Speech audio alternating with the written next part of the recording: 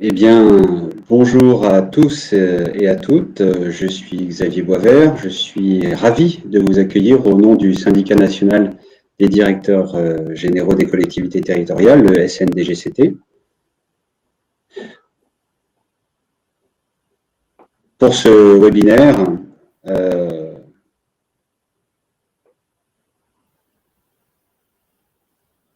Excusez-moi, c'est une première, donc il y a des petits parasites qui m'ont empêché de continuer mon propos. Donc pour ce premier webinaire, deuxième webinaire, pardon, sur la transition écologique et donc le premier sur la transition énergétique du syndicat. Merci d'avoir répondu à nouveau présent pour ce second webinaire en nombre, puisqu'il y a 122 inscrits, donc on est très heureux et très fiers. C'est très satisfaisant et je pense que, et nous espérons que tout le monde trouvera sa voie vers cette vidéo YouTube aussi en direct du syndicat. Donc cette première, et bien évidemment, on a tenu à la partager avec des partenaires du syndicat de premier plan. On a donc évidemment à remercier deux partenaires qui participent ici. Donc Enedis va prendre la parole en premier d'ailleurs dans cette table ronde et l'animation sera assurée par le cabinet Sémaphore. Je laisserai les intervenants se présenter évidemment tout à l'heure. Cette contribution, en fait, est une nouvelle contribution, une nouvelle forme de contribution, une nouvelle expérience dans le cadre de Partenariat des Savoirs. On a été ravis du succès du premier webinaire et cette thématique de la transition écologique s'enrichit de tous ces webinaires, donc on est tous très heureux. Et donc, il me reste à vous souhaiter un excellent webinaire. Je passe immédiatement la parole à Emmanuel Couette du cabinet Sémaphore, qui sera notre animateur et notre modérateur du jour. Emmanuel ? Merci Xavier, bonjour à toutes et à tous. Donc j'ai effectivement la responsabilité d'animer ce webinaire dans l'heure et demie qui vient et d'être notamment le maître des horloges pour que on puisse avoir un temps d'échange, de questions-réponses suffisant en fin de table ronde. Donc je suis Emmanuel Couette, directeur de mission à Sémaphore. Un mot très rapide sur Sémaphore. Donc nous sommes un cabinet de conseil au secteur public local, donc c'est vraiment notre cœur de métier. Nous intervenons évidemment pour les collectivités territoriales d'abord, essentiellement les communes et les intercommunalités, pour les services déconcentrés de l'État, beaucoup également pour les entreprises publiques locales et pour les organismes de logement social. En gros, nous sommes autour de 200 collaborateurs au plan national et nous conduisons, c'est pour vous donner un peu l'échelle du cabinet, une petite centaine de missions à destination des collectivités chaque année. Et on essaye à chaque fois de combiner ce qui relève de l'élaboration, la conception des politiques publiques avec les conditions de la mise en œuvre, notamment du point de vue des organisations publiques. Donc, Xavier l'a dit à l'instant, c'est un webinaire qui s'inscrit dans une série de 3 rendez-vous. Au mois de mars dernier, on avait eu un échange, j'allais dire, de portée plus large qui était la problématique de la transition écologique et d'essayer d'identifier à la fois les leviers mais aussi les freins par rapport à cette nécessaire accélération des politiques publiques de transition écologique. Aujourd'hui, on se retrouve sur un webinaire davantage centré sur la question de l'énergie. Je vais en dire un mot dans un instant. Et puis, mais ce sera sans doute rappelé en fin de table ronde, le syndicat aura son grand rendez-vous du mois d'octobre à Metz qui sera largement dédié à ces questions.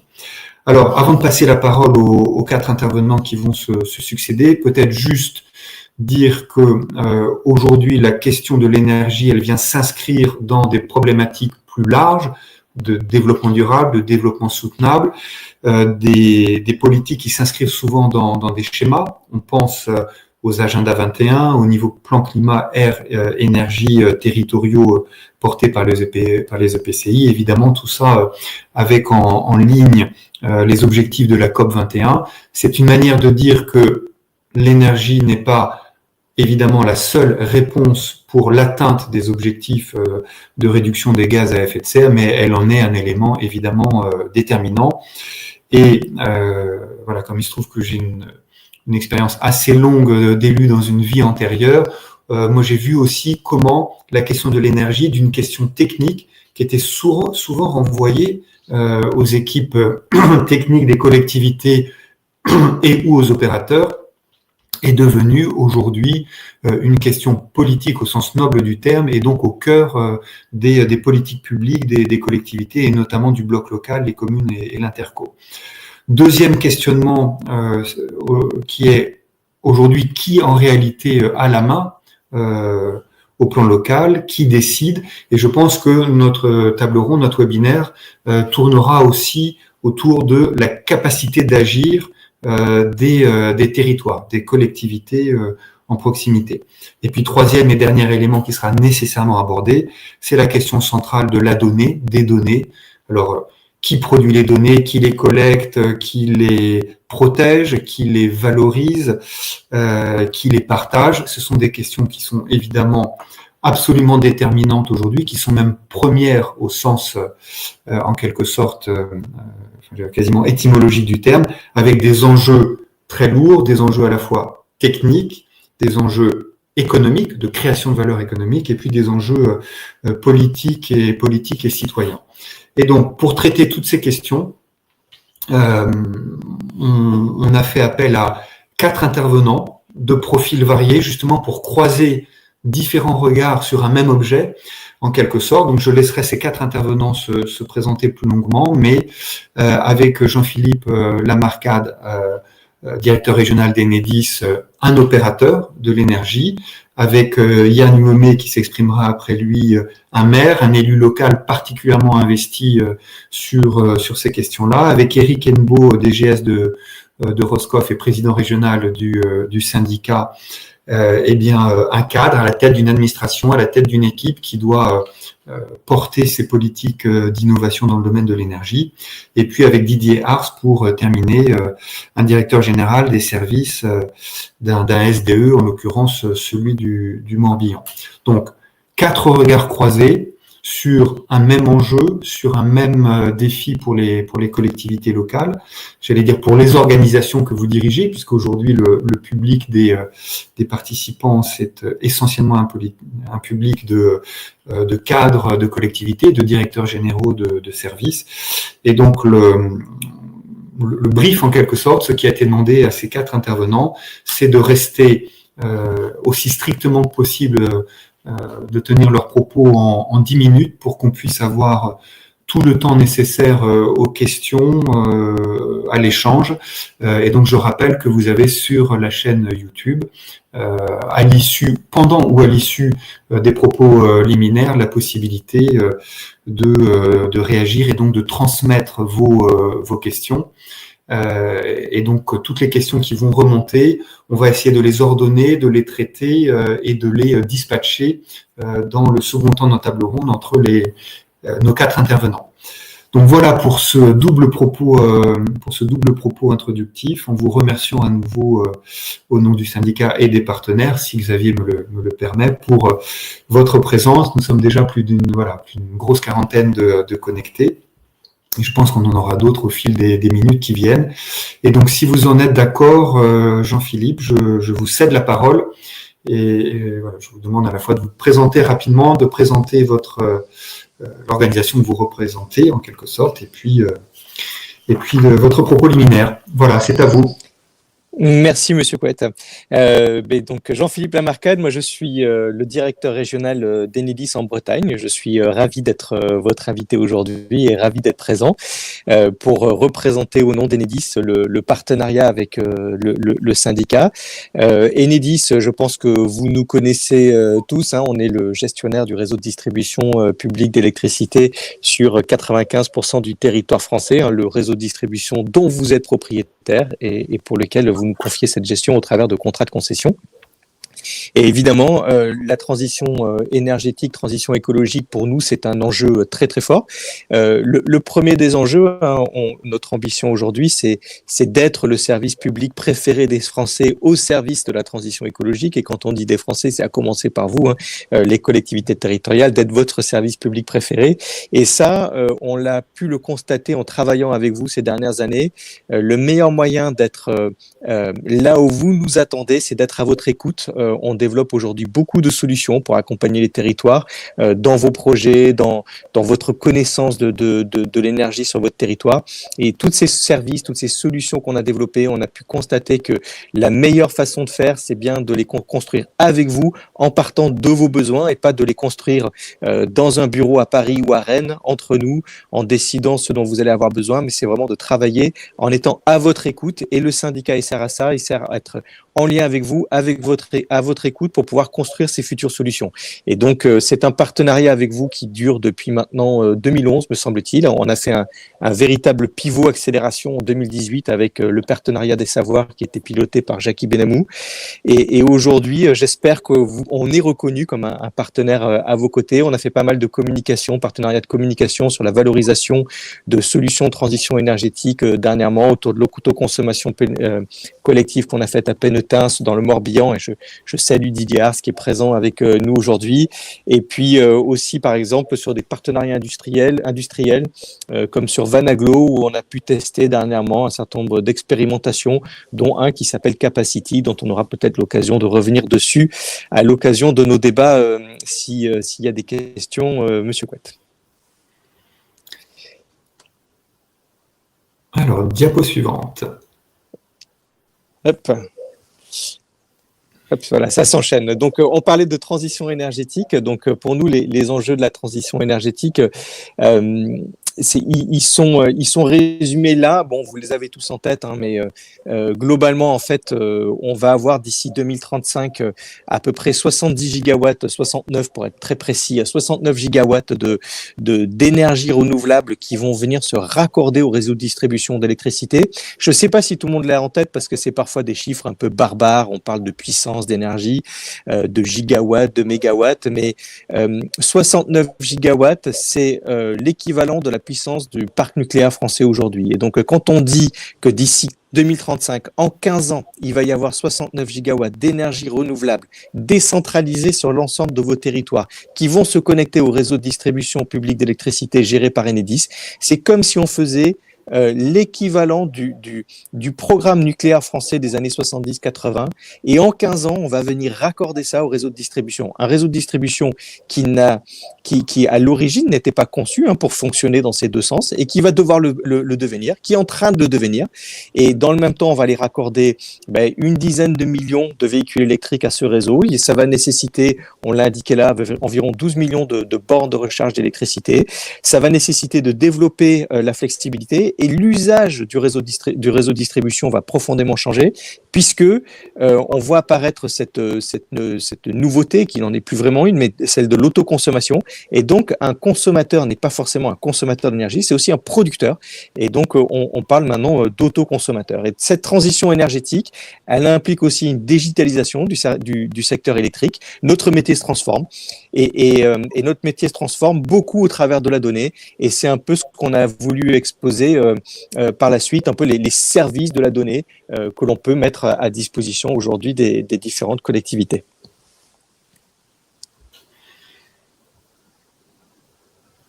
Je sais pas si voilà, on peut passer. Voilà, merci. Et donc en fait, on a aujourd'hui un certain nombre de réponses pour vous accompagner. Alors peut-être qu'on reviendra dessus en détail par la suite, mais l'idée c'est j'ai voulu lister là les demandes les plus fréquentes qu'on peut avoir des collectivités territoriales. Donc quand je disais auparavant que notre métier s'était transformé pour être dans la digitalisation, et bien en fait on l'a aussi exposé ça par une démarche d'open data. On a été le premier distributeur européen à publier en open data toutes les données énergétiques agrégées. Ça, c'est un de nos engagements forts, de vous mettre à disposition ces différentes données qui vous permettent d'explorer des domaines à des mailles territoriales variées et surtout de rendre consultable librement et gratuitement par tous, y compris tous les citoyens, l'ensemble des données énergétiques dans des formats simples, téléchargeables, réutilisables. On n'a pas besoin d'outils informatiques compliqués pour aller chercher ces données dans l'open data. Et ces données dans l'open data, on pourra aller chercher par exemple des jeux de données qui permettent finalement d'alimenter son observatoire, de publier, de regarder les consommations à différentes mailles. On l'a aussi dans un outil qui vous permet de faire le bilan de votre territoire. Et donc, si vous ne le connaissez pas, je vous invite à suivre le lien que je vous ai mis là, qui vous permet en fait de faire un état des lieux de votre territoire. Quand on regarde l'état des lieux des territoires, vous êtes très nombreux à nous interroger, par exemple, quand vous êtes à la recherche de priorisation pour la rénovation des quartiers. Et bien, ce bilan de territoire, il vous permet de consulter des données de consommation, de thermosensibilité annuelle en fonction de différentes mailles géographiques pour vous permettre d'identifier les territoires sur lesquels vous avez le plus de bâtiments énergivores et vous êtes de plus nombreux à l'utiliser. On a un autre service, par exemple celui qu'on appelle nous pompeusement le J+2, que vous retrouvez à deux reprises là dans la liste. J+2, pourquoi? Ce sont des données qui vous sont mises à disposition 48 heures après. Donc voilà, 2 jours après, vous avez ces données. Ces données, elles servent à différentes choses. Elles servent par exemple à suivre les consommations de votre patrimoine. Hein. Donc ça vous permet de vérifier que le gymnase consomme effectivement ce que vous avez prévu, qu'il n'y a pas de dérive, que le chauffage n'est pas resté à 25 degrés par exemple dans le gymnase pendant trop longtemps. Ça vous permet également, comme je le disais avant, d'identifier les bâtiments qui sont intéressants sur lesquels travailler en termes de projets de rénovation. Et puis, on a des choses qui commencent à se développer grâce au compteur Linky, des choses très pointues, mais que vous êtes de plus en plus nombreux à nous demander parce que c'est très plébiscité. Et je pense par exemple au service de Mon Éclairage Public, auquel vous pouvez accéder via notre portail qui vous est dédié pour les collectivités territoriales. Et donc, par exemple, Mon Éclairage Public, qui vous permet d'être alerté en cas de dysfonctionnement de l'éclairage public. Donc, 2 types d'alertes. Vous pouvez être alerté parce qu'on a constaté que l'éclairage public restait allumé en permanence. Donc ça, c'est un premier indicateur pour vous. Vous n'êtes plus obligé d'attendre que ma voisine vous appelle pour vous dire que la lumière est allumée alors qu'il est 13 heures et que la collectivité est en train de gâcher son argent. Donc ça, vous avez instantanément l'information que l'éclairage public est resté allumé. Et même, vous avez aussi des alertes de sous-consommation, c'est-à-dire qu'on vient vous comparer les données consommation nuit après nuit et on est en capacité de vous alerter quand il y a des baisses de consommation. Ces baisses de consommation, soit vous venez de faire une opération de changement d'ampoule, vous avez mis des LED et c'est super et donc vous vous y attendez qu'il y avait de la baisse de consommation. Sinon, ça peut aussi vous alerter sur le fait que vous avez des points lumineux qui ne fonctionnent plus et donc vous avez des ampoules à aller changer. Et donc là, c'est pareil. Vous n'êtes plus obligé d'attendre que le citoyen vous prévienne. Vous êtes en train de détecter ça. Et puis un dernier outil que j'ai cité sur lequel on pourra également revenir si vous le souhaitez pour promouvoir en fait les énergies. Alors là, j'ai mis promouvoir l'intégration du photovoltaïque, mais aussi on a des données qui nous permettent de promouvoir l'énergie éolienne et donc des outils de simulateurs de raccordement qui vous permettent de regarder si les projets sont plus ou moins accessibles et si on arrive à croiser le potentiel de photovoltaïque avec le potentiel du réseau électrique, histoire de trouver les pépites, celles où vous avez à la fois du potentiel de production grâce à du photovoltaïque et un réseau qui est en parfaite capacité d'accepter ce potentiel au moindre coût. Et donc ça, finalement, une optimisation de l'investissement pour la collectivité dans son sens le plus large. Voilà, je m'arrête là. Emmanuel, merci beaucoup. Oui, merci beaucoup Jean-Philippe. Merci d'avoir respecté scrupuleusement le temps imparti avec même une petite minute d'avance. Et du coup, avant de céder la parole à Yann Lemay, donc j'imagine qu'il y aura en deuxième partie de webinaire beaucoup de questions autour de toutes ces données que vous pouvez mettre à la disposition des collectivités locales, de vos clients. Je ne doute pas qu'il y aura beaucoup d'interrogations ou de demandes d'exemples un petit peu emblématiques. Mais moi, j'ai envie de vous poser une première question qui gratte un peu. C'est, vous avez évoqué la transformation du modèle d'Enedis. Moi, ce que je retiens, c'est que demain, il faut produire plus propre. Et donc, c'est la part des énergies renouvelables que vous avez évoquée tout à l'heure. Mais c'est aussi consommer moins et à terme consommer significativement moins, être beaucoup plus sobre, être beaucoup plus économe, aussi bien les institutions, les collectivités, les entreprises que les particuliers. Comment est-ce que vous l'appréhendez à votre niveau, compte tenu de votre métier? Est-ce que ça vient bousculer votre modèle économique? Alors forcément, ça vient bousculer notre modèle économique parce que aujourd'hui, notre modèle économique, il repose en fait sur une rémunération à la tarification du kilowattheure qui est finalement consommé par l'usager final. Et donc ça, c'est un des débats qu'on a régulièrement avec la Commission de régulation de l'énergie, pour adapter en fait notre modèle économique progressivement à ces changements. Il n'y a pas de rupture brutale non plus. On n'a pas finalement, on n'a pas eu de solution technique qui permet à chaque foyer de consommer 2 fois moins d'électricité en très peu de temps. Donc c'est quelque chose qui va s'adapter progressivement dans le temps. Et notre tarif ne cesse de changer. On a donc un tarif, vous avez dû entendre parler du fameux TURP. Et donc on passe de TURP 1 à aujourd'hui, on est dans le TURP 6.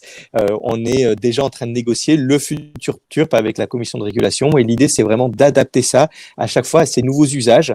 Dans le même temps, en même temps que l'on consomme moins pour certains usages, on a des nouveaux usages qui apparaissent, et donc c'est aussi ça la difficulté aujourd'hui à appréhender le futur. On a des scénarios, nous, de projection, et nos scénarios de projection font que on pense. Alors ça reste de la stratégie, donc ça se trouve dans 10 ans vous ressortirez cette vidéo et vous m'enverrez des tomates en me disant vous aviez tort, mais quand on fait de la stratégie, on prend ce risque-là. Nous, on a des scénarios d'énergétique 2040-2050 qui montrent que la quantité d'énergie qui transitera sur le réseau électrique va continuer de progresser.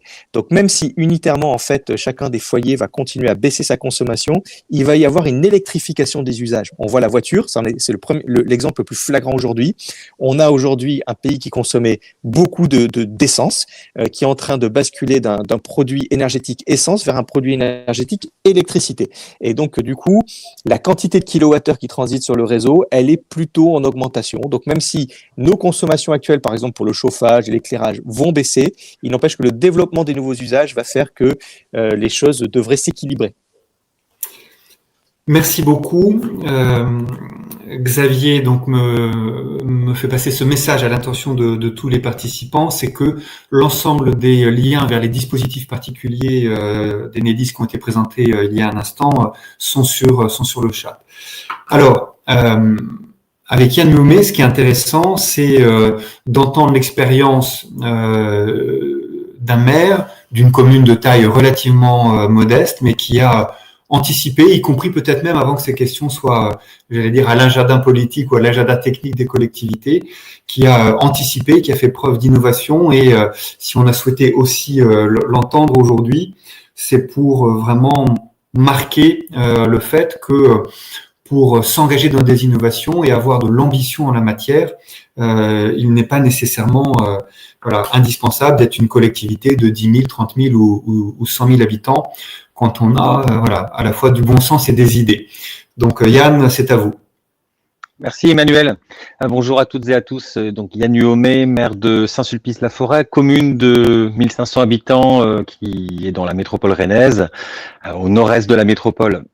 Donc ce matin, une intervention pour vous présenter un projet autour du pilotage et de la télémesure énergétique des bâtiments communaux que nous avons conduit à partir de 2015 et qui aujourd'hui, j'ai essayé de vous présenter un petit peu l'ensemble des grandes étapes et surtout faire un retour d'expérience parce que c'était vraiment un projet dans lequel on a eu beaucoup d'expérimentation et on a aussi travaillé du coup derrière sur la capitalisation de l'expérience et les bilans et les évaluations qu'on a pu en faire. Pour resituer le point de départ sur le mandat 2014-2015, donc nous sommes une commune qui s'engage en 2015 dans la Convention des maires pour l'énergie et le climat avec un objectif de 20% de baisse des consommations de gaz à effet de serre, convention qui est portée également par la métropole rennaise, et la métropole rennaise fait aussi partie, on va dire, des grands territoires où les questions de la place des questions numériques et de l'innovation est assez forte, avec entre autres la French Tech à l'époque avec le label Rensamalo Lab. On a un début de mandat qui ressemble à ce que nous ne pensions pas avoir, c'est-à-dire une situation économique absolument tendue, plutôt très alarmante, et dans le même temps des indicateurs qui montrent qu'on a 10% d'augmentation mécanique des coûts de l'énergie tous les ans qui se posent sur la collectivité. On n'a aucune information en temps réel parce que finalement nous sommes sur un rapport annuel de l'Agence locale de l'énergie et du climat qui nous dit tous les ans effectivement qu'on constate qu'on a 10% d'augmentation d'énergie, mais on ne sait pas où, comment et et pourquoi. Et on a également plutôt une gestion de nos bâtiments qui se passe bien. C'est-à-dire j'ai l'habitude de dire que c'était plutôt une option open bar, hein, c'est-à-dire que ça chauffe tout le temps. Donc du coup, personne ne se plaint, mais par contre, le compteur tourne, lui. Et un enjeu du coup aussi sur le comportement des utilisateurs, parce qu'on a des problèmes que vous pouvez tous connaître, de robinets qui restent ouverts, de portes bloquées avec des poubelles ou je ne sais quel objet permettant d'aérer le bâtiment en plein hiver. Et donc on se rend compte que la meilleure énergie qu'on consomme, la meilleure énergie c'est celle qu'on consomme pas. Et on se dit il faut absolument intervenir sur cet élément-là. Donc, on met en place un projet qui se donne comme objectif d'atteindre 20% de consommation énergétique, avec un budget très serré, parce qu'on est dans une situation d'accompagnement de la préfecture, hein, parce qu'on n'a vraiment pas les moyens d'investir. Donc, on se donne 20 000 euros pour pouvoir faire une transition de 20% en économie d'énergie. Et on se dit que il y a un objet autour d'une expérimentation à monter, et sur lequel on pose plusieurs acteurs et surtout plusieurs objectifs initiaux sur de l'information en temps réel, de la souveraineté de la donnée pour pouvoir aussi la traiter comme on en a envie, et de l'open data. On souhaite associer l'ensemble des agents et des acteurs et des associations, et on souhaite également s'appuyer sur des acteurs locaux. Et là, on voit bien dans un peu l'univers des acteurs qu'on arrive à avoir, en se disant que le point de départ, c'est l'innovation et qu'il faut qu'on cherche des personnes qui puissent nous apporter une solution technique. À l'époque, ce qu'on veut faire sur l'Internet des objets, c'est une solution de rupture parce qu'il n'y a pas besoin de tout câbler. Les premiers devis en GTB, GTC, ce qu'on retrouve assez régulièrement dans nos bâtiments, coûte un zéro de plus.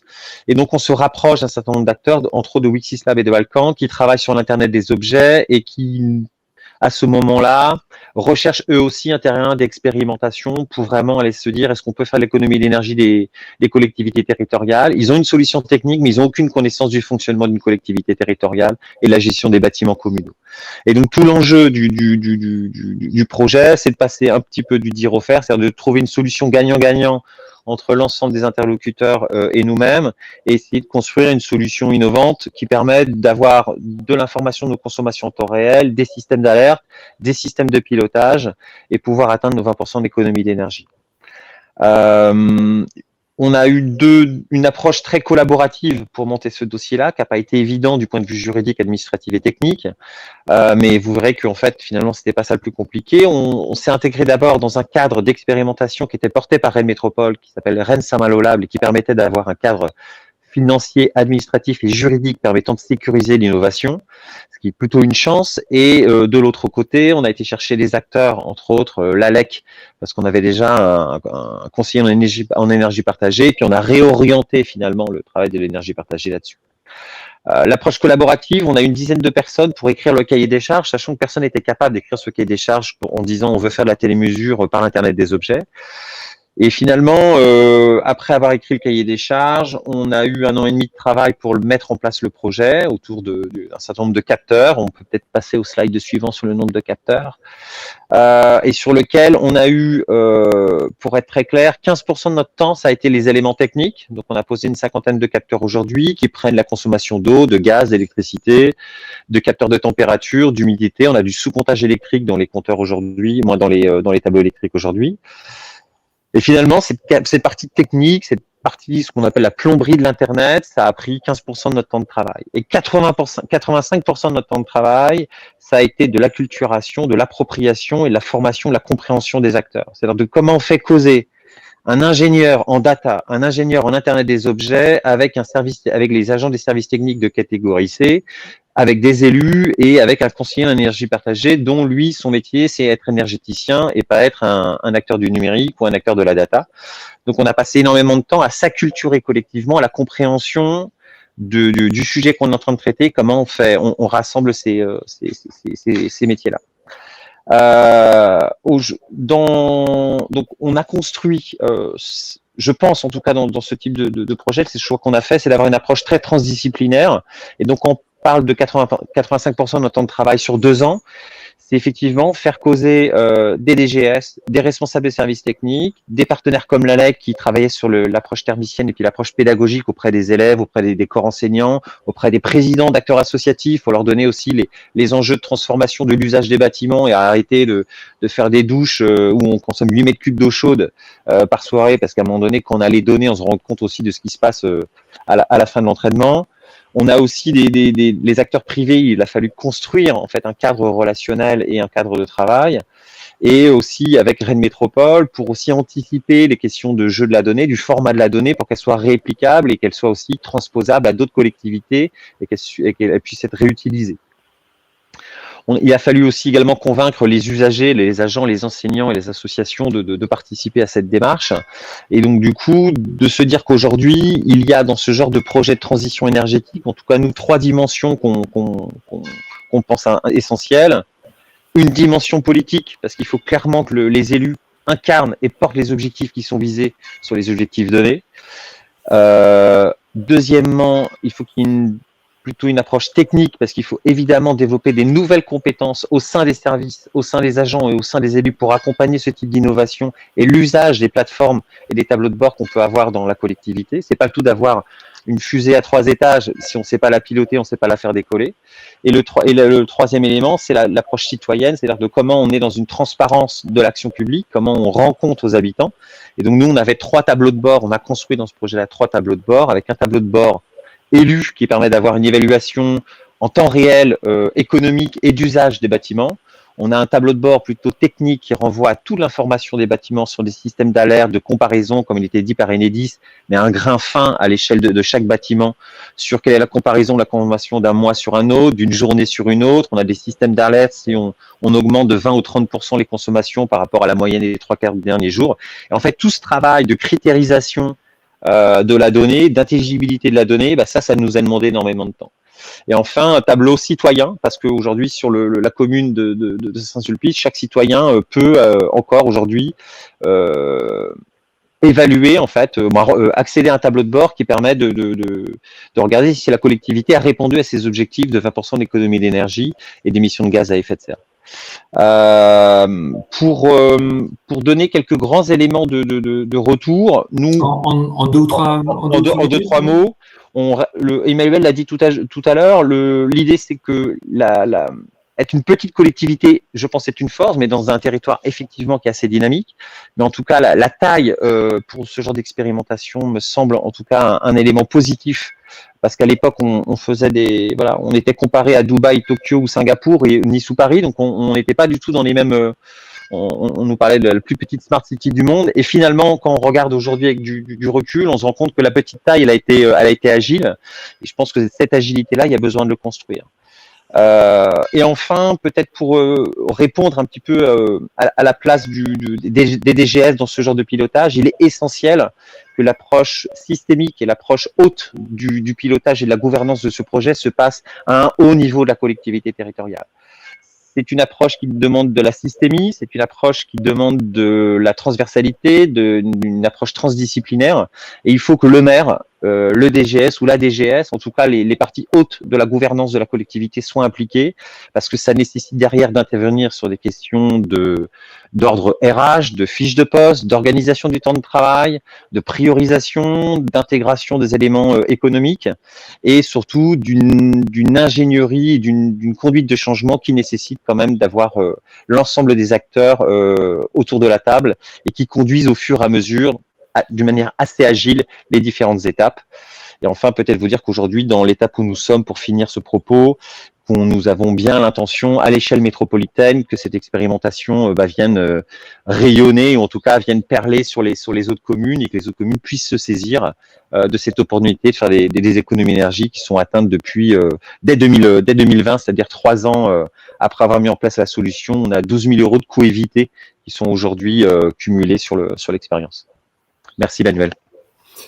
Merci beaucoup Yann. Donc c'est évidemment tout à fait passionnant, et là aussi je doute pas qu'il y aura beaucoup de questions en deuxième partie de table ronde, et du coup la conclusion du propos sur les enjeux de la gouvernance, ça fait aussi un peu transition avec ce que va nous dire Eric Hennebeau, donc DGS de Roscoff dans un instant. Donc Eric, vous allez à la fois nous présenter le projet, les innovations que vous avez conduites, mais je pense que ce serait bien aussi que vous puissiez nous dire quelles ont été les conditions de gouvernance et de mobilisation de vos équipes, de votre administration, pour mener à bien tous ces projets. Donc, après un maire, un DGS, Eric, c'est à vous.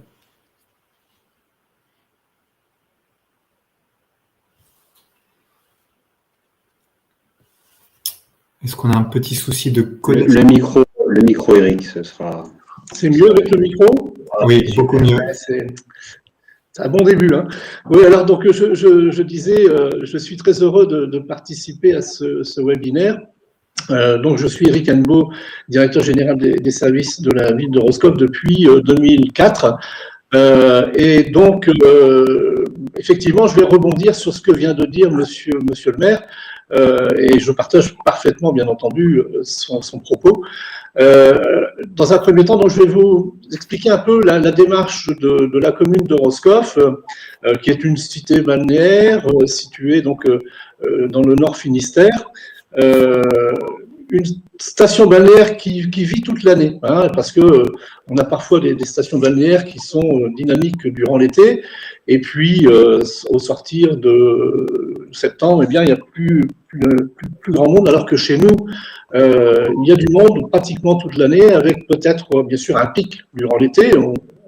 Pour une commune de 3500 habitants, on passe à 16 000, mais avec des établissements comme le CNRS, avec un centre de soins ILDIS, avec la Brittany Ferries, donc, qui a des liaisons avec l'Angleterre, l'Irlande et l'Espagne, on a un flux de touristes, et en tout cas de visiteurs important. Mais ce qui conditionne aussi d'avoir des bâtiments de l'éclairage public qui fonctionnent aussi à plein régime une bonne partie de l'année.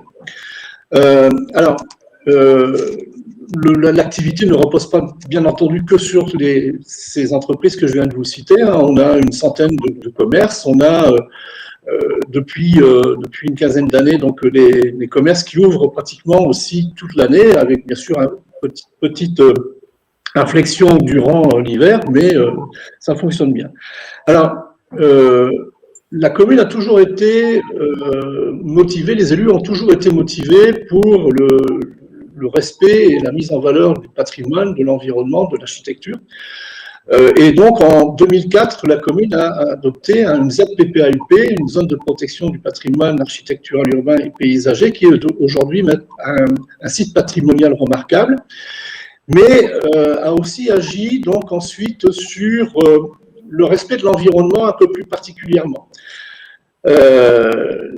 Ma collègue Corinne Hervé, qui m'a précédé à la présidence régionale, avait organisé en 2007 un congrès à Bran-Ferré, interrégional d'ailleurs avec les Pays de Loire, chez la Fondation Nicolas Hulot, et l'objectif c'était de présenter les agendas 21, etc. Et au retour de ce congrès, j'avais proposé au maire de nous engager dans cette dynamique, dans cette procédure d'agenda 21, et ce qu'il a accepté.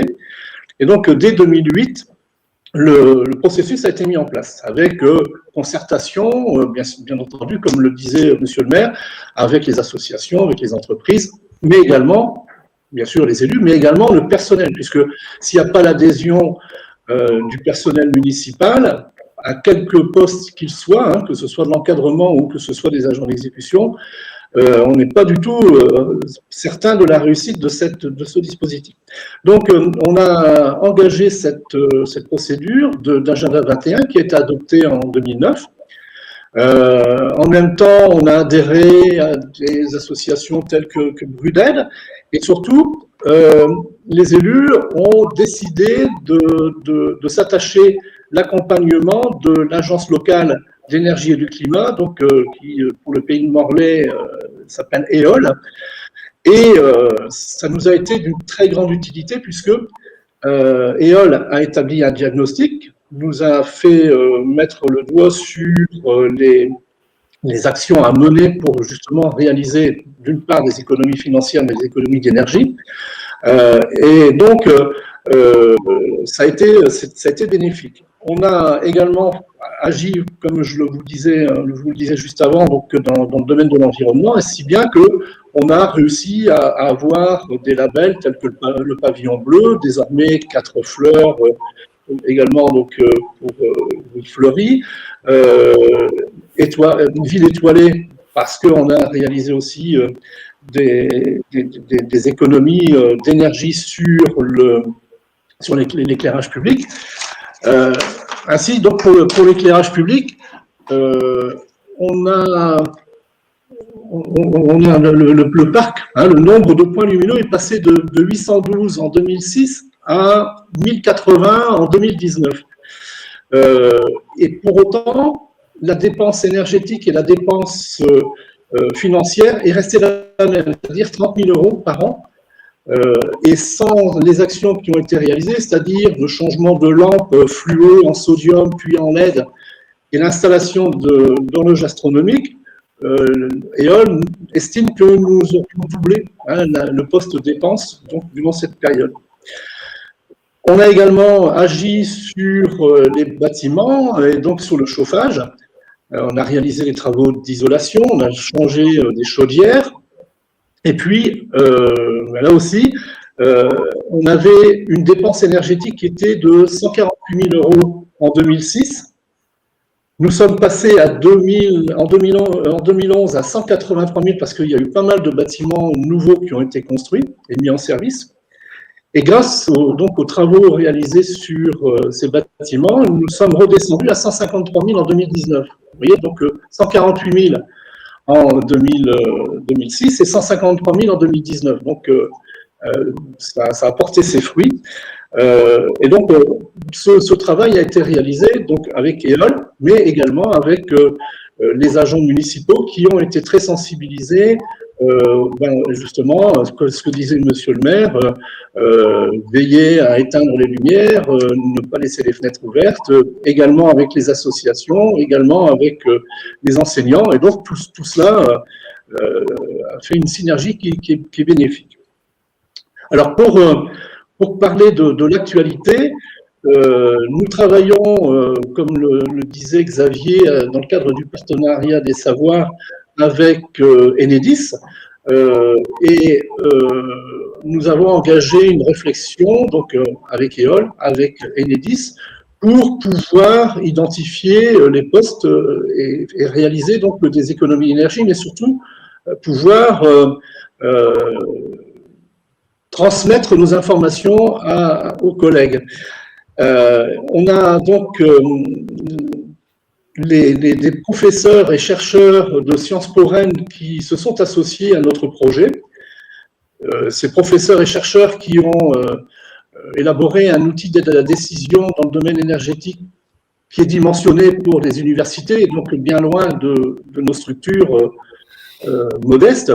Et donc, nous travaillons avec eux pour avoir un outil qui sera adapté aux communes de notre taille. On a bien avancé sur ce sujet, donc avec l'aide technique de EOL. Et je pense que lors du congrès national de Metz, auquel vous faisiez référence, Emmanuel, donc qui aura lieu à la mi-octobre, on pourra présenter le résultat du travail engagé avec nos partenaires, donc Enedis, avec EOL et puis avec Sciences Po Rennes. Voilà, j'ai terminé mon intervention. Je reprendrai la parole tout à l'heure, peut-être si vous me le permettez, pour faire une petite annonce. Ce sera votre petite minute de réclame tout à l'heure. Voilà, tout à fait. Merci. Peut-être juste avant de passer la parole à Didier, c'est après vous avoir remercié. Vous avez évoqué à la fois les coûts d'investissement et puis les économies constatées. Est-ce que vous pouvez nous donner un ordre de grandeur de ce qu'étaient les temps de retour sur investissement attendus au début et si vous êtes globalement au rendez-vous j'allais dire, de vos espoirs initiaux? Alors, je suis j'ai pas vraiment les informations en ce qui concerne les temps de retour sur les investissements sur les bâtiments communaux, d'autant qu'on a eu beaucoup de subventions dans le cadre de la TEPCV, donc qui a été possible de lever donc il y a quelques années. Donc on a fait beaucoup de travaux dans ce cadre-là.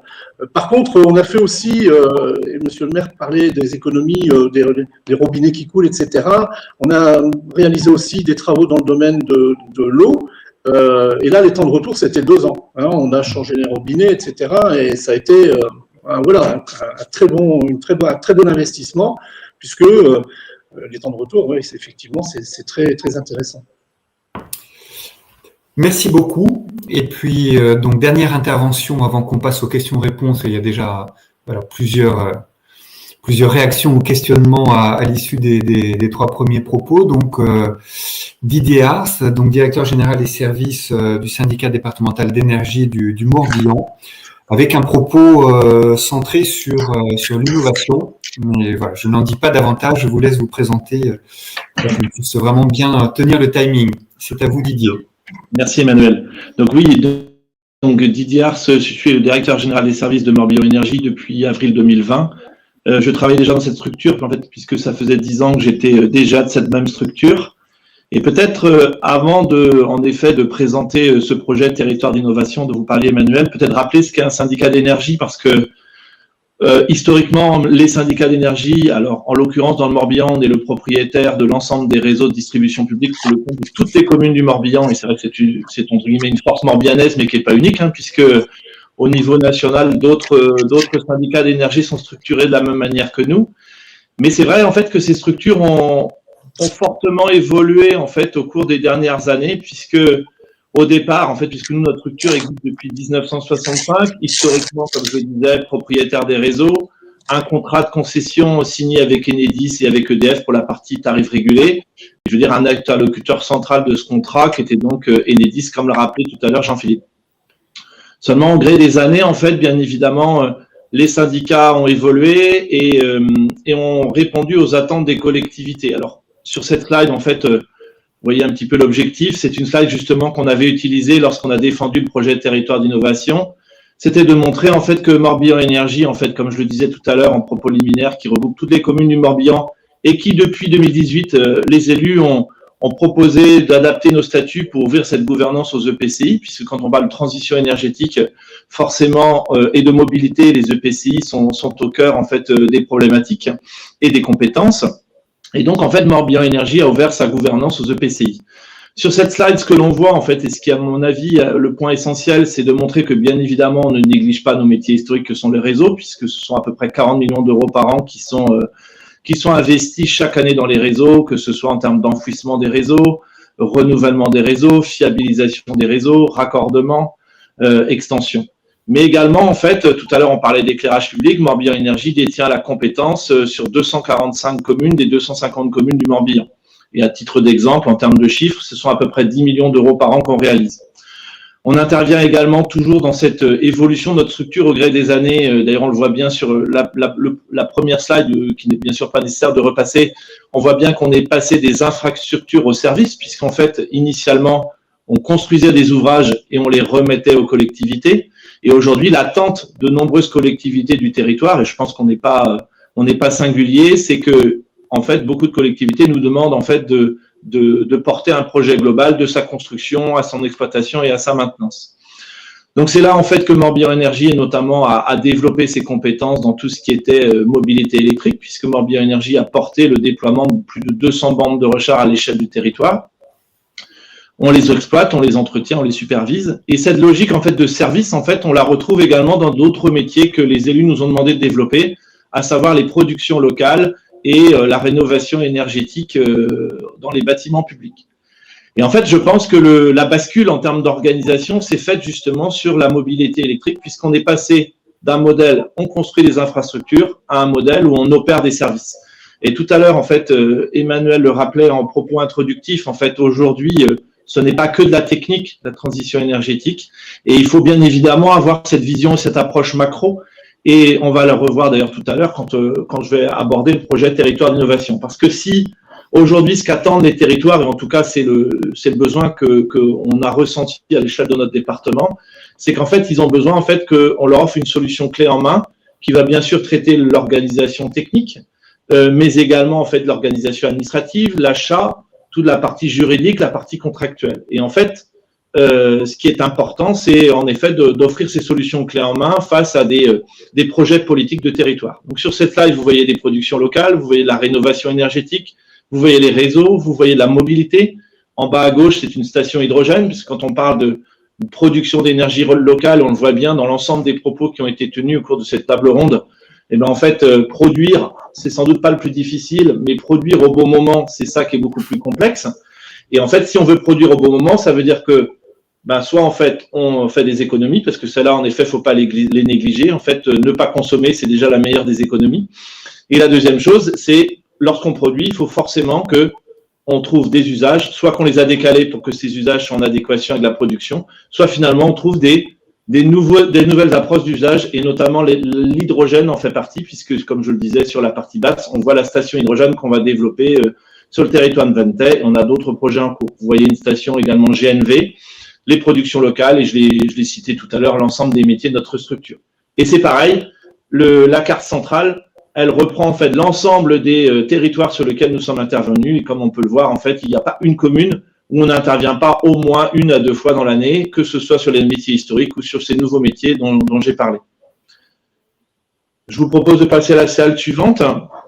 Alors, comme je l'ai dit, en fait, ça a été une approche, on va dire, un petit peu transformante pour notre structure, de se dire passons des métiers d'infrastructure aux métiers de service. Et c'est sans doute aussi, c'était notre enjeu. C'est l'enjeu également de beaucoup de syndicats d'énergie, mais c'est aussi l'enjeu de beaucoup de collectivités d'appréhender les choses de manière complètement globale. Donc, ce projet de territoire d'innovation, au-delà du fait qu'il était bien évidemment générateur de financement, puisque c'est un projet de plus de 32 millions d'euros qui avait été porté par l'État et qui était opéré par la Banque des Territoires. Morbihan Énergie fait partie des 24 lauréats nationaux. Mais ce projet, en fait, c'était surtout un projet de structure, parce qu'en fait, l'objectif, et tout à l'heure, Yann parlait notamment d'approche RH et en fait d'évolution, je pourrais me permettre l'expression, des mentalités et des approches par rapport à des sujets qui peuvent apparaître techniques, alors qu'en réalité, il faut plutôt les regarder sous un angle service et un angle usage.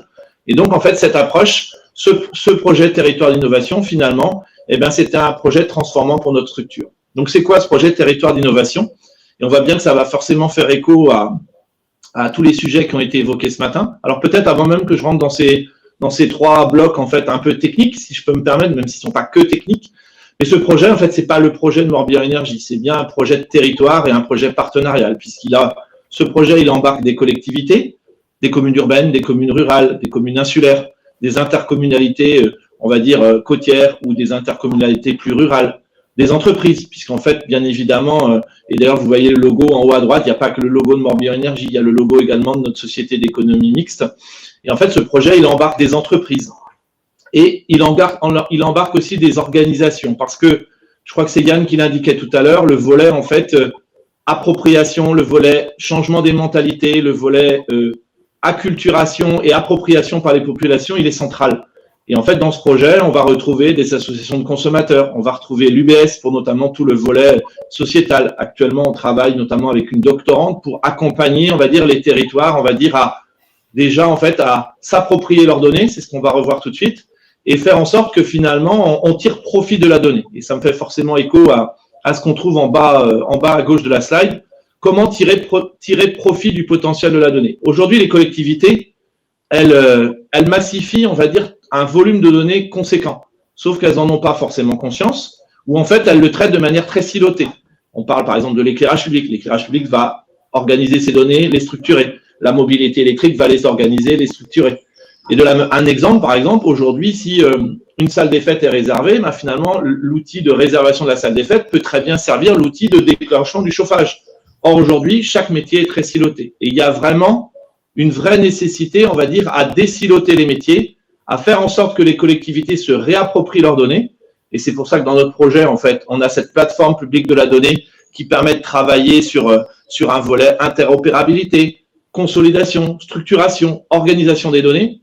Il y a un volet data center public départemental, puisque si on parle de appropriation des données par les collectivités, bien évidemment, il faut parler aussi de souveraineté de la donnée et donc travailler sur l'ensemble de la chaîne, y compris la partie data center.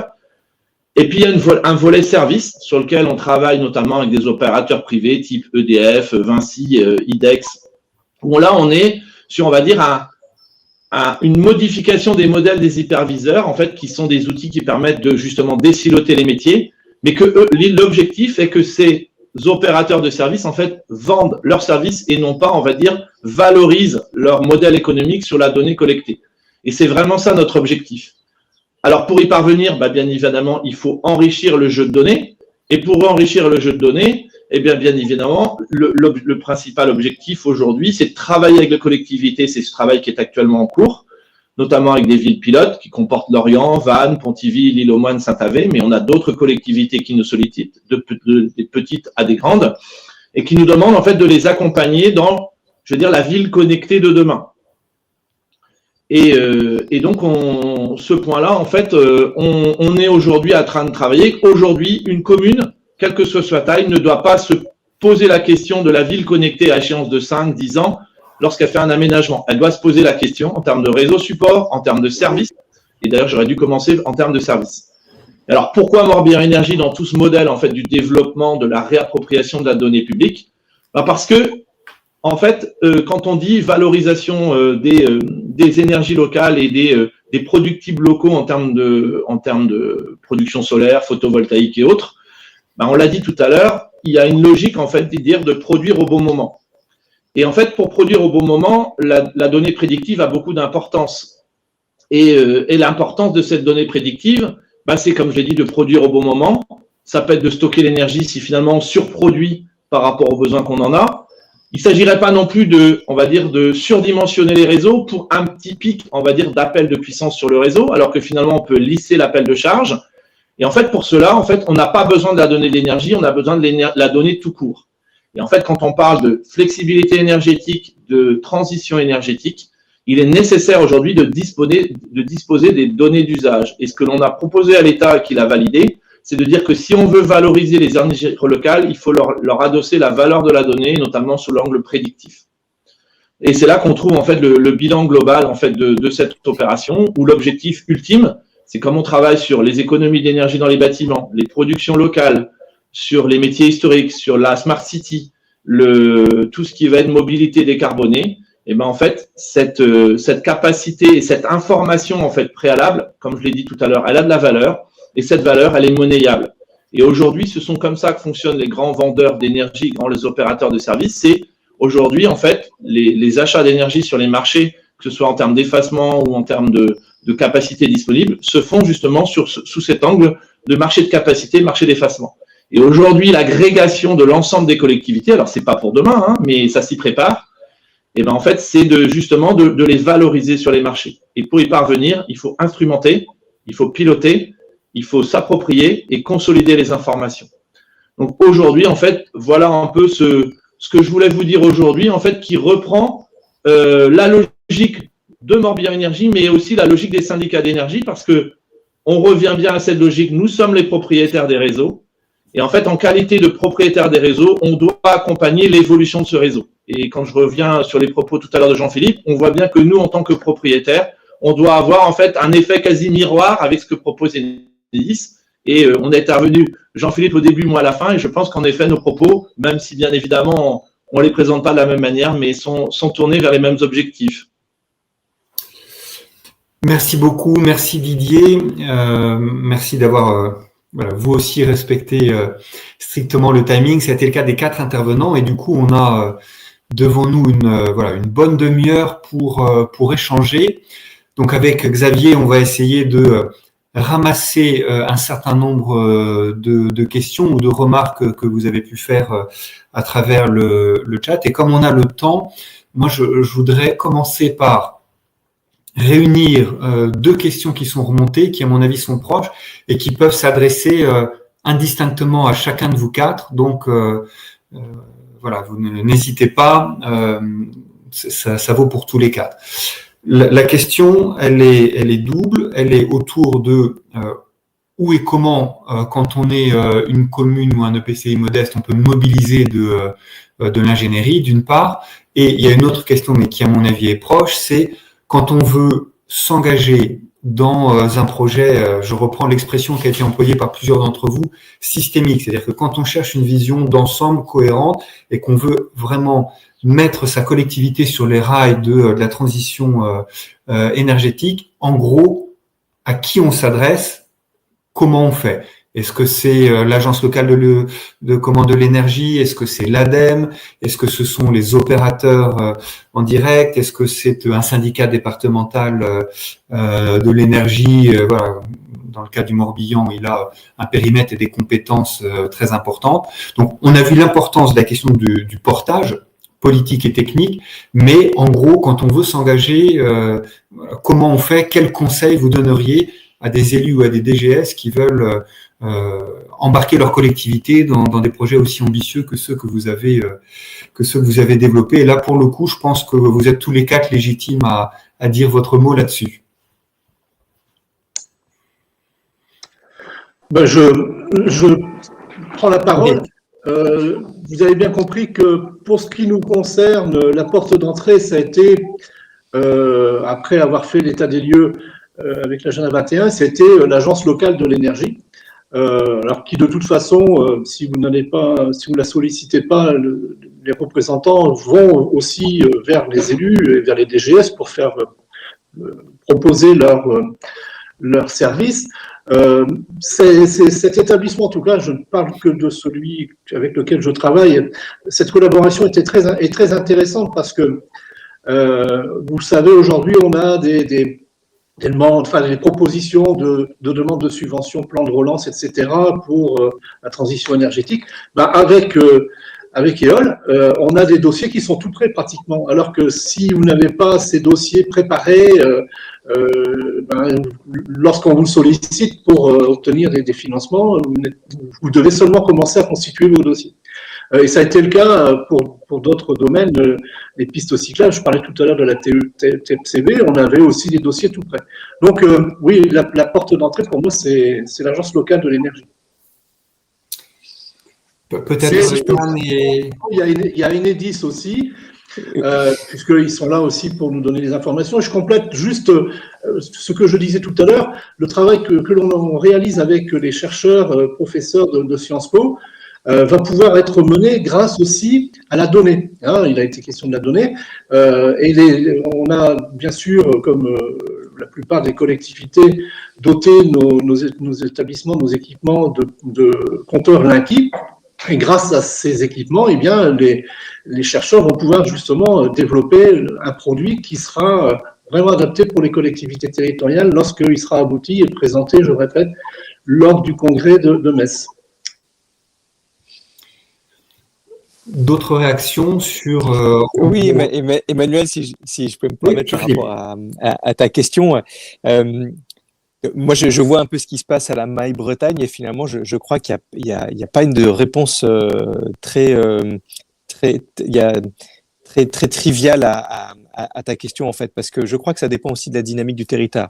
Didier l'a montré dans le Morbihan, il y a un acteur supernaturel, Morbihan Énergie, qui est là, qui a l'énergie, qui condense, qui a la compétence, qui est là pour animer.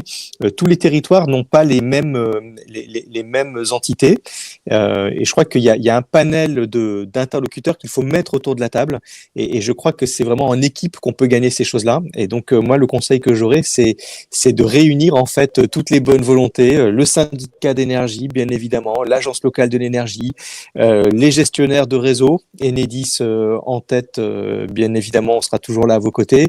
Et il y a tout un tas d'autres associations. Parfois, on a des PIMS qui sont très compétents. Parfois, on a des associations de consommateurs. Il y en a ici en Bretagne, des associations de citoyens qui sont extrêmement pointus sur le sujet et qui ont développé des niveaux d'expertise très intéressants. Moi, j'étais avec la commune de Chavagne que vous connaissez bien pas plus tard que ce matin. On était en train de discuter d'un projet d'écoquartier. Ils ont aussi embarqué des aménageurs et donc c'est là aussi où c'est intéressant parce qu'il y a des aménageurs qui peuvent amener de la compétence, un aménageur public si vous en avez sur votre territoire qui peuvent être intéressants. Il y a des universitaires qui s'y intéressent, donc ça dépend vraiment de votre écosystème local. Mais je pense que la clé là, c'est de gagner en équipe et d'aller chercher le plus d'acteurs possible, au moins au départ. Et après, le système fera le tri, c'est-à-dire que vous avez toujours les acteurs qui ont envie de travailler avec vous, ça match, il y a de l'acquaintance, et puis d'autres que malheureusement vous perdrez en cours de route. Mais je crois que à chaque fois, on peut aboutir au projet, et la meilleure façon d'aboutir, c'est de travailler en équipe. Difficile de dire, voilà, de ne pas suivre le propos de Jean-Philippe, mais Yann et Didier, vous partagez sur la démarche collective, j'imagine, mais c'est peut-être intéressant, peut-être Yann, que vous nous redisiez comment est-ce que vous avez commencé. C'est-à-dire, ça a été quoi vraiment les premiers pas? On sait, on l'a compris qu'il y avait une volonté politique qui était très très forte, mais les points d'appui qui ont été les vôtres, les partenaires qui ont émergé très rapidement, comment est-ce que vous avez démarré? Concrètement, on a démarré d'abord par écrire ce qu'on voulait. C'est-à-dire qu'avant d'aller voir tout le monde, l'idée de départ, c'est bien de se dire de qu'est-ce qu'on veut, quelle est la réalité de la situation, de quoi on part, et ensuite on a pris, passez-moi l'expression, mais notre bâton de pèlerin, et on est allé un peu comme ce qui était proposé là, c'est-à-dire qu'on a été voir l'ensemble des interlocuteurs, en leur disant, nous on veut, dans un calendrier donné, avec un retour sur investissement, avec un budget donné, avec un enjeu qui est celui-ci. On avait un pré-cahier des charges qui n'était pas celui technique, mais qui était celui plutôt politique, de dire comment vous pouvez nous accompagner. On a des problématiques administratives, des problématiques d'ingénierie, de mobilisation, financière et autres. Et ensuite, au fur et à mesure des rencontres, on essaye de trouver qui et comment les personnes peuvent nous aider. C'est vrai qu'on est dans une méthodologie de projet quand on fait de l'expérimentation avec beaucoup plus d'agilité, peut-être qu'on peut l'avoir des fois dans des choses très programmatiques. Il y a besoin de prendre chaque opportunité, de les saisir. Il y a besoin des fois de passer par la petite porte. Il y a besoin d'aller rechercher des nouveaux acteurs et de les rencontrer, de voir comment on peut créer des complémentarités. Donc je pense que voilà, c'est quelque chose qui est quand même du retour d'expérience qui est assez empirique. C'est-à-dire que ça s'est fait un peu en marchant. Je pense qu'entre ce qu'on a imaginé au début et ce dont on est arrivé à la fin, je pense qu'il y a un grand décalage, en tout cas dans la dimension du projet, dans ce sur quoi on aboutit. Et peut-être aussi, on allait voir les interlocuteurs dès le départ, en tout cas nous c'était notre position, en disant on a aussi un droit à l'erreur. C'est-à-dire que dans une expérimentation, quand on embarquait du monde, en se disant il y a des zones de risque, donc il y a des niveaux de responsabilité qu'il faut entendre et il y a des zones de risque qu'il faut prendre. Il y a aussi des enjeux de dire on va peut-être pas y arriver et c'est pas trop grave. En tout cas, on aura au moins retenu quelque chose.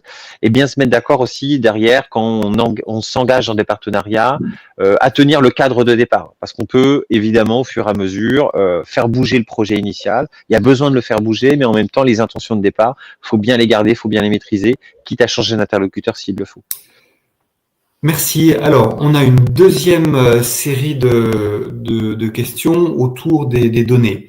Alors, il y en a une première, mais voilà, elle arrive régulièrement quand le terme de Smart City est employé. C'est voilà, est-ce que quand on n'est pas une Smart City, on est une commune idiote ou bête ou pas intelligente? Je le glisse parce que c'est récurrent. Et le terme même de Smart City aujourd'hui est quand même largement remis en cause et je pense même plutôt progressivement abandonné parce qu'il a une petite dimension un peu, un petit peu excluante d'une certaine manière. Mais là, c'était pour introduire. En revanche, ce qui apparaît là dans les questions qui remontent ou dans les propos qui étaient les vôtres, c'est peut-être une nécessité de clarification sur la question des données. Et moi, j'aimerais bien peut-être, parce que je ne suis pas sûr que tous les participants aient les idées extrêmement au clair sur ce point, et pour ce qui me concerne, c'est pas nécessairement le cas, qu'on se redise précisément quelles sont les données qui, en matière d'énergie, sont nécessairement des données publiques, quelles sont les données que tel ou tel décide de partager et de rendre publiques, quelles sont les données usagées qui peuvent être rendues publiques et jusqu'où. Voilà, peut-être qu'on refasse en quelque sorte un état de la question, puisque plusieurs d'entre vous ont été assez vite en considérant que c'était des choses acquises pour toutes et tous, ce qui n'est pas nécessairement le cas. Donc, est-ce qu'on peut, à travers vos regards croisés, faire l'état de la question, et puis je la complète par est-ce qu'à un moment donné, ce que l'on voit émerger dans plusieurs métropoles ou grandes villes et agglomérations, c'est-à-dire l'émergence de concepts de services publics métropolitains ou d'agglomérations ou communaux ou intercommunaux de la donnée, donc de la donnée publique, est-ce que c'est le bon endroit pour faire ensemblier? Donc plusieurs questions en une, vous n'êtes pas obligé de répondre à toutes, mais en tout cas, ce qui me paraît indispensable, c'est qu'on refasse un petit détour de clarification sur la question des données publiques ou pas jusqu'où. Qui souhaite prendre la main sur ce point? Yann, tu avais l'air… Oui. Moi, je peux essayer la question du Smart City où effectivement, j'ai considéré qu'on était un Smart Village. On a pris le contre-pied en disant qu'il y avait des territoires intelligents versus sous-entendrait qu'il y en aurait des idiots. Donc, on a considéré qu'il fallait remettre les choses dans un équilibre. Moi, je pense que la notion de Smart ou la notion de territoire intelligent, aujourd'hui, en fait, si on peut enlever ces termes-là, c'est juste, on en parle depuis tout à l'heure, c'est qu'on a considéré, on a commencé à se rendre compte que la notion de la donnée sur les questions énergétiques était un outil nécessaire aujourd'hui de pilotage. Et que la transition énergétique, elle pourrait pas se faire sans une connaissance plus fine que juste un côté très méta du sujet de notre territoire consomme en global, et qu'on a une granulométrie qui est évidemment beaucoup plus fine, nécessairement beaucoup plus fine pour mieux comprendre comment nous consommons, comment nos bâtiments fonctionnent, comment nos entreprises ou nos parcs consomment. Et il était dit tout à l'heure, et si on met en place un certain nombre de projets, comment on part vers une transition, donc vers des prédictions de consommation et s'outiller là-dessus. Donc je pense que c'est ça, dans la notion de Smart City, c'est plutôt de se dire quel niveau d'information nous avons besoin pour piloter différemment. Et c'est des données qui sont plutôt nouvelles. Avant, on était plutôt… dans le grand Enedis connaît évidemment bien mieux que moi le sujet, mais en tout cas, on était dans une abondance d'énergie qui faisait qu'on se posait pas la question, sur la même volumétrie. Le deuxième, sur le deuxième niveau, je pense que ce qui définit aujourd'hui la qualité de la donnée, c'est pas tant la donnée en tant que telle, sinon on ferait l'espèce de data lake, c'est-à-dire on prendrait toutes les données puis on verrait un jour de quoi on en a besoin, mais plutôt de dire il faut qu'il y ait une certaine une relation entre le besoin et la donnée. C'est-à-dire que ce qui considère aujourd'hui la qualité de la donnée, c'est définir le besoin. De quelle information avons-nous besoin? Et je pense que ce qui a été dit tout à l'heure, c'est de travailler du bas vers le haut, c'est de considérer quelle information nous souhaitons avoir pour en faire quoi. Et à partir de là, on va soit créer de la donnée, si elle n'existe pas, soit assembler des éléments de données existantes pour pouvoir construire en fait une interface qu'on appelle l'intelligibilité de la donnée, c'est-à-dire quelque chose qui va permettre de rassembler, de comparer ou d'agréger un certain nombre d'informations qui du coup renvoient une nouvelle information. Et je pense que ça c'est nouveau et c'est peut-être donc il n'y a pas de bonne ou de mauvaise donnée, c'est surtout de se dire d'abord de quoi avons-nous besoin, et c'est à ce stade-là que nous sommes tous aujourd'hui.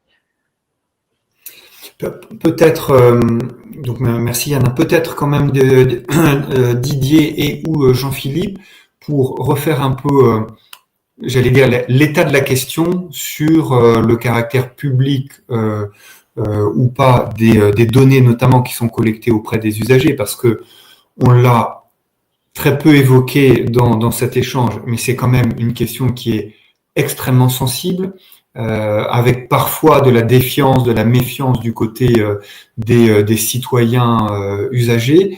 Et est-ce que l'un de vous deux ou les deux pouvez nous redire de manière aussi simple que possible aujourd'hui qu'est-ce qui est partageable, partagé, qu'est-ce qui ne l'est pas, qu'est-ce qui est protégé et comment? De refaire très rapidement l'état de la question. Alors peut-être je peux commencer en fait. Je pense qu'il y a… Alors déjà, peut-être une problématique, on va dire, qui n'est même pas associée au règlement général de protection des données, parce que bien évidemment, là, il y a un cadre, Et il s'agit bien évidemment de s'y conformer. Mais au-delà de ça, en fait, c'est pour ça que tout à l'heure je parlais de l'angle sociétal, et je sais que ça a été aussi, d'autres intervenants sont intervenus sur le sujet, c'est qu'aujourd'hui, en fait, les gens sont quelque part presque plus disposés, on va dire, à communiquer leurs données, je vais dire, aux grands opérateurs, aux GAFA, en fait. Et alors, quand la collectivité, finalement, les sollicite pour de la mise à disposition de données, bien évidemment, avec cette anonymisation, avec le respect de la réglementation associée, on est bien d'accord? Et bien, finalement, même si ça va leur générer des services, les gens sont beaucoup plus réticents. Et aujourd'hui, on en est qu'aux prémices, hein, alors donc c'est vrai que j'aurais peu de réponses à apporter, mais on en est qu'aux prémices, mais il y a tout ce travail, en fait, qui est en train de se mener, en fait, à l'échelle de notre territoire pilote que j'ai cité tout à l'heure, avec cette doctorante et avec l'UBS, l'Université de Bretagne Sud, parce qu'en fait, il y a déjà, en fait, la réelle nécessité de faire comprendre et d'expliquer, alors faire comprendre, ça serait un peu directif, mais d'associer et d'expliquer aux gens, en fait, que ça peut leur apporter des nouveaux services. Et en fait, je rejoins également ce qui a été dit tout à l'heure en disant Smart City, Smart Territoire. Je vois qu'il y a des questions qui vont arriver tout à l'heure en disant oui, si moi j'en fais pas. Mais je pense que tout le monde en fait, en fait. C'est-à-dire que en réalité, aujourd'hui, il ne faut pas parler de technique, il faut parler de service aux populations. Qu'est-ce que je veux? Est-ce que je veux dire à mes populations que j'ai de la place de stationnement qui est libre à tel endroit, mais à la limite, ça, c'est de la donnée technique. C'est pas ça qui est intéressant. C'est que les commerçants sachent que, voilà, il y a des places de disponibles, que les gens sachent qu'ils vont pouvoir aller en centre-ville parce qu'il y a des places de disponibles, etc. Et c'est toujours d'axer les choses sous un angle service.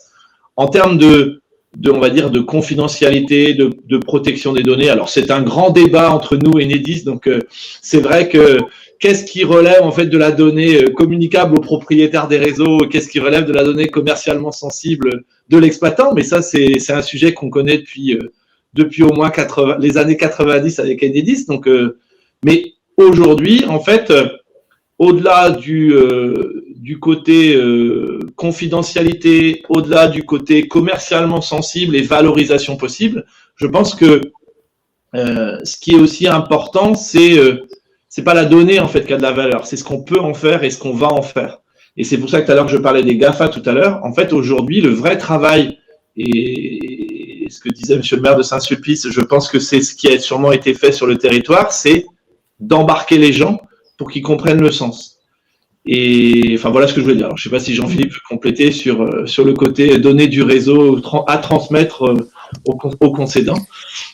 Jean-Philippe, peut-être en complétant, et puis du coup, en vous interpellant sur la question des services publics qui sont souvent intercommunaux de la donnée. Est-ce que les intercommunalités vous apparaissent légitimes pour faire ce travail en quelque sorte de tiers de confiance, de garant sur ces questions-là, ou alors est-ce que vous pensez que ça doit se jouer différemment? Je pense que c'est intéressant que les DGS entendent aussi un opérateur sur ce point, parce que le mouvement de constitution de ces services publics locaux de la donnée, il est quand même enclenché dans plusieurs territoires. Jean-Philippe. Complètement. Merci Emmanuel. Moi, je vais illustrer en vous donnant un exemple. Un exemple à un tout petit territoire. Saint-Nicolas-des-Glénans. Pour ceux qui connaissent, c'est une île sur laquelle il y a 16 maisons, 3 restaurants, un centre de plongée, une capitainerie. Donc, ça fait une vingtaine de clients en tout. On a mis en place un microgrid. Pour que le microgrid fonctionne, le seul moyen que ça puisse fonctionner, c'est qu'il faut que chaque client accepte de transmettre toutes ses données. Et en fait, là, on leur dit, ça ne peut marcher que si tout le monde transmet ces données instantanées, c'est-à-dire qu'on a besoin de savoir à chaque instant combien chacun consomme pour piloter un réseau de ce type-là. Et ça, c'est pour pouvoir atteindre le 100% énergie renouvelable sur l'île. Et bien, en fait, quand vous le présentez comme ça ne sert à rien d'être des partenaires industriels autour d'une table parce que vous n'obtenez pas 100% d'adhésion. Pourtant, vous expliquez le sens. Vous leur dites c'est pour faire du 100% énergie renouvelable. C'est pour vous. Et en fait, vous n'obtenez pas l'adhésion. Le seul moyen d'obtenir l'adhésion, c'est que ce ne soit pas Enedis ni les opérateurs industriels avec qui on a fait ce projet qui prennent la parole. C'est que ça soit le maire, les élus du territoire. Et ça, c'est quelque chose, c'est pas une conviction, c'est la démonstration de force, en fait. Ces services publics de la donnée, ils doivent exister parce qu'en fait, les citoyens, dans leur grande majorité, ne font confiance qu'à leurs élus. Et Enedis, c'est un truc de très loin. Ok, ils nous ont peut-être vu venir poser le compteur Linky, ils nous ont vu une fois quand ils ont demandé un raccordement. L'institut machin, c'est aussi très très loin. L'université, ils savent pas très bien qui c'est. Par contre, leur élu, leur collectivité locale, leur collectivité territoriale, eux, ils savent qui c'est. Ils vous ont déjà vu, et donc eux, ils vous font confiance. Et donc, je crois que c'est le point de départ de ce sujet de la donnée, c'est celui de la confiance. Et donc, la confiance, elle passe par un service public. Et là où aujourd'hui ça fonctionne, et Emmanuel, tu le sais bien, on a fait une super expérimentation sur la métropole de Rennes avec le service public métropolitain de la donnée. Aujourd'hui, ça fonctionne bien parce que les citoyens, finalement, ils voient que c'est une structure qui leur appartient quelque part, dans lequel ils vont aller chercher des services. Il y a eu le bureau des temps qui a permis d'adapter un certain nombre de choses autour des transports. Et donc, ils disent, oui, je vois des choses, des services au final pour moi, donc je veux bien donner ma donnée, et surtout je vois que c'est public, c'est la métropole, c'est ma collectivité territoriale à moi, donc je veux bien. Et je crois que ça passe par ça, le service public. Après, il y a aussi toute la question qui va derrière, c'est finalement la donnée, est-ce qu'on va la stocker? Moi, je crois que ça aujourd'hui, c'est vraiment un sujet fondamental. C'est de mon point de vue pas ce qu'il faut faire. Ça n'a pas être des plateformes sur lesquelles de la donnée est disponible, ça doit être la plateforme qui est interfacée avec d'autres gestionnaires pour aller chercher de la donnée, la croiser pour rendre quelque chose. La donnée en elle-même, la pure donnée de combien j'ai consommé moi en tant qu'habitant, alors ça m'intéresse moins, mais quand je vais regarder juste cette donnée-là à la maille de mon îlot urbain, elle n'a pas beaucoup de sens. Il faut que je la croise. Et c'est ça les plateformes aussi, tout l'intérêt des plateformes, c'est qu'elles vont permettre de croiser de la donnée énergétique avec de la donnée de la mobilité, de la donnée de présence, de la donnée de scolarisation, de la donnée je sais pas, de tout un tas de données qui vont pouvoir être crasées, qui vont la rendre riche et qui vont la rendre digeste, intelligible. La donnée énergétique en elle-même, elle n'a pas beaucoup de sens. Savoir si tel réseau il fait tel diamètre, bon, voilà, c'est très intéressant pour quelques personnes, mais c'est pas très digérable. Ce qui est intéressant, c'est de croiser, comme on a pu le faire sur certains territoires, le potentiel solaire avec le potentiel du réseau. Et donc là, ça donne une indication très intéressante dans quel quartier je peux aller faire des projets. Merci beaucoup, Jean-Philippe. Bon, on est à quelques minutes de la clôture de ce webinaire. Moi, j'ai peut-être une dernière question qui est remontée sur laquelle vous interrogez, et puis ensuite je proposerai à chacun des 4 intervenants de dire, en 1 minute un petit mot de conclusion, et peut-être à vous, Eric, de faire cette proposition pour prolonger les échanges. La dernière question, elle est très très opérationnelle. Je pense à tous les directeurs généraux, directrices générales qui nous suivent. C'est la question du plan de relance de l'État qui prévoit des crédits significatifs. Très honnêtement, j'ai plus le chiffre en tête, mais en tout cas, on est sur un volume de crédits assez significatif qui peuvent passer par les contrats de relance et de transition écologique et énergétique, qui peuvent être le véhicule pour appuyer les projets des collectivités. Et est-ce que l'un de vous 4 peut nous en dire un mot et en quelque sorte conseiller tous les participants de ce webinaire sur de qui on se rapproche et comment on peut concrètement mobiliser d'ici la fin de l'année, notamment des crédits d'études et d'ingénierie pour lancer un projet. Qui peut en dire un mot, parce que je pense que c'est aussi une préoccupation de beaucoup de DGS. Oui, je peux faire peut-être un léger retour sur le sujet. Donc, parce que j'ai pas tout avoué, je suis maire de Saint-Sulpice, mais également vice-président en charge du numérique à Rennes Métropole, ce qui aujourd'hui effectivement permet d'avoir peut-être un retour d'expérience sur le sujet. Le plan de relance, il est important aujourd'hui pour les collectivités territoriales. C'est plus de 80 millions qui sont mis aujourd'hui dans la transformation numérique des territoires, qui passent soit par des appels à manifestation d'intérêt, soit par le CRTE, soit aujourd'hui par des appels à projets. L'interlocuteur privilégié aujourd'hui, c'est plutôt les préfectures ou l'État directement pour pouvoir regarder un peu ce qui s'y fait.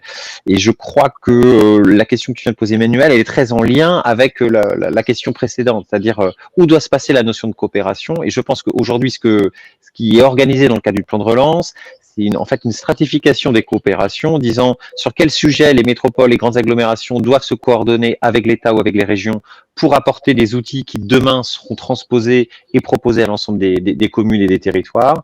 Qu'est-ce qui doit se faire à l'échelle de l'EPCI, mais ça nécessite effectivement d'avoir quand même une certaine ingénierie, et tout le monde n'a pas cette ingénierie-là aujourd'hui sur les EPCI. Et il y a des choses qui doivent se faire au niveau régional. Donc le plan de relance, il a plusieurs entrées, soit des outils qui sont structurés qui vont être structurés au niveau national avec les collectivités territoriales et après redescendus à l'ensemble des territoires. Je pense par exemple un exemple qui était France Connect à l'époque, c'est-à-dire qu'on a un outil d'État qui ensuite est proposé à l'ensemble des usagers, à l'ensemble des citoyens. Et on aura après un deuxième volet qui est plutôt la transformation des territoires. Il y a plusieurs niveaux là-dedans. Il y a des questions de cybersécurité, il y a des questions de données, il y a des questions d'infra, il y a des questions de formation. Il y a le plan de relance aussi sur les médiateurs numériques. Donc, il y a l'ensemble des volets liés à la transformation du numérique des territoires apparaissent.